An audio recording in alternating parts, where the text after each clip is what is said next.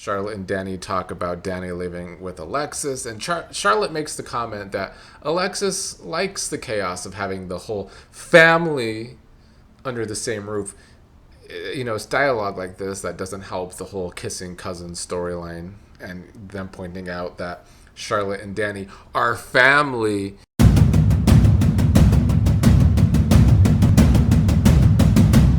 What up, fellow General Hospital viewers? Here to talk about yesterday's Monday episode, which was unfortunately pretty blah. It was a pretty blah episode, kind of similar to Friday's blah episode.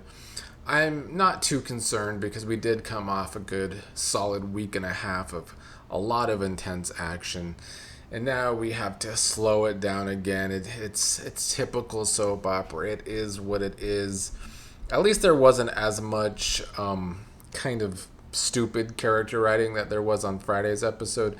Still have some problems with Monday's episode, though, because one of the couples on this show gotta be one of the worst couples in all of American soap operas. But let's start with how last Friday's cliffhanger ended, with Joss seeming like she was about to mess with Cullum in his room and try and kill him, but he opened his eyes, which was a long enough distraction to have Lucas walk in after Cullum closed his eyes, and Lucas questioned Jocelyn why she was there. Jocelyn left the room. So that put a stop to Joss's plan to kill Cullum. And then Lucas talked to Joss about how Cullum is recovering. He asked Joss what happened, why she was in his room, and Joss says that she's just trying to wrap her head around everything that has happened, which of course led to Joss being the latest character to attempt to comfort Lucas after Marco's death. I mean, Lucas shouldn't be at work already after Marco dying. He should have taken some days off. I mean, there's some jobs where people want to throw themselves into work after losing a loved one. I don't think a hospital job, a health worker job, should be that. I think Lucas should be forced to take some time off. But he was still at work, and Joss comforted him. And Lucas, of course, still can't believe that Marco is gone. He did talk about how Ava made him see that he and Marco made the most of the time that they had together. And Lucas wants to make sure that Marco didn't die in vain, but Lucas has already saved the life of the man that killed Marco. And now Cullum is waking up, and so Lucas was told that. So Lucas went to Cullum's room. Cullum is awake and still alive, and Lucas asked Cullum what happened. He remembered being attacked at the pier. Lucas told him he was shot. I don't know if Cullum fully remembers yet. I do want to say I saw the actor that played Cullum post a video the other day with his wife asking him how he's different than the character, and he was a lot different, even getting emotional over one of his dogs that died not that long ago. Our dog is Stella. She's a year old. She's a husky chocolate lab mix, and we got her after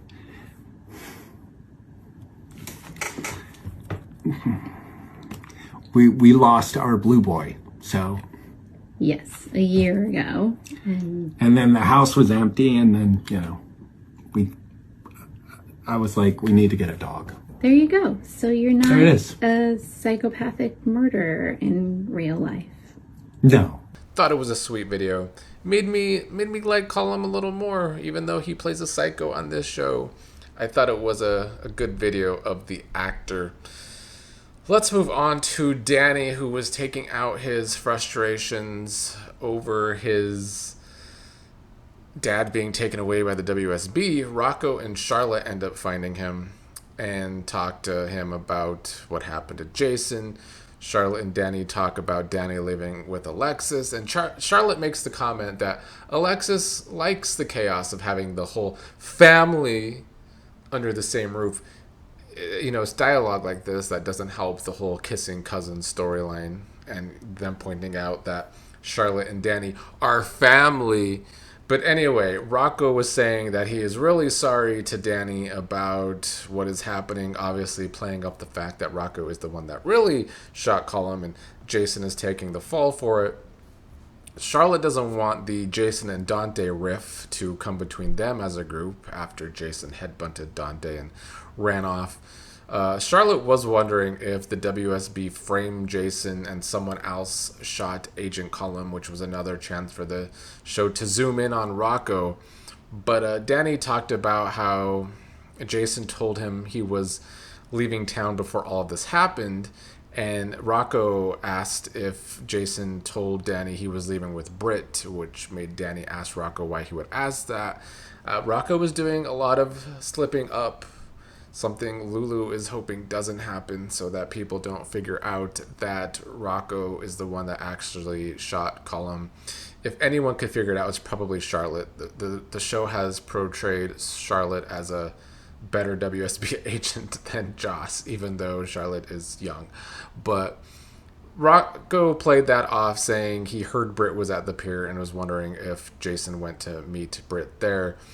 And then we were supposed to feel sorry for Danny because said he was feeling like a loser, that he wasn't able to help his dad, which I do feel sorry for Danny, actually, because Jason can be quite a deadbeat dad who puts too many people in front of his children. But they were kind of really going overboard trying to make us feel sorry for Danny in this episode.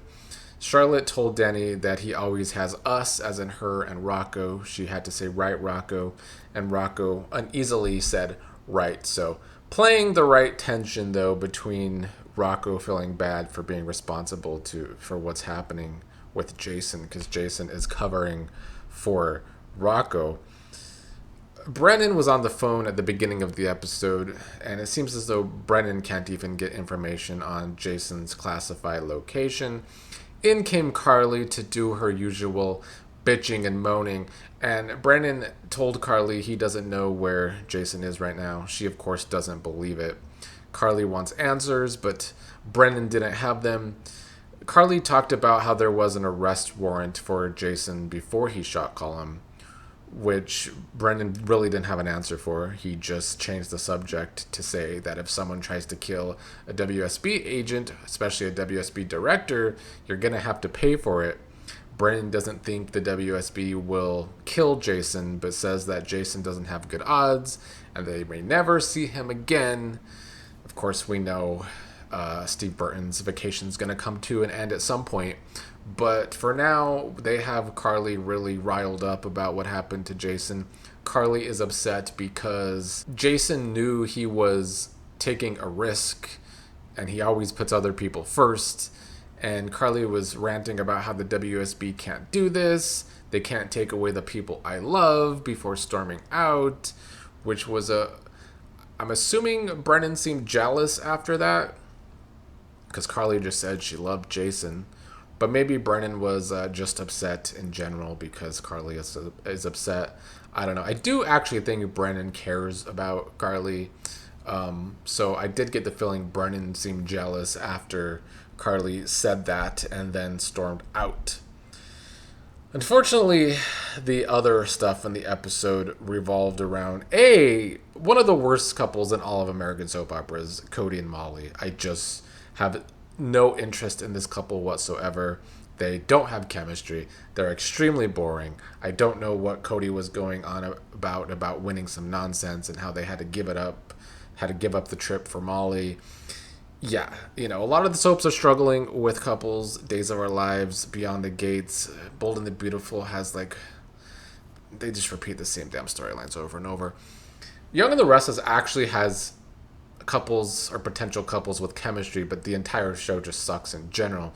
But all of the soaps are struggling with putting couples together with chemistry, but I have to say Cody and Molly might be my least favorite couple in all of the soaps right now, which is a big deal. Even worse than Kat and Tomas on Beyond the Gates, I fear. So yeah, they sucked and were boring. And then we had a follow-up on Wiley talking about how Olivia and Michael were arguing about Jacinda being a hooker. This was in front of Brook Lynn's and Chase's social worker, which Chase and Brook Lynn did a good job of covering for that with the social worker, talking to Wiley about how Jacinda works at Crimson now and all of that.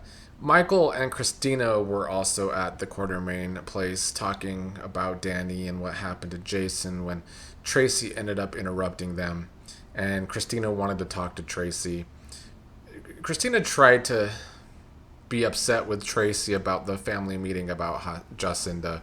I assume this was the show once again trying to show us that Kristina really cares for Jacinda more than friends.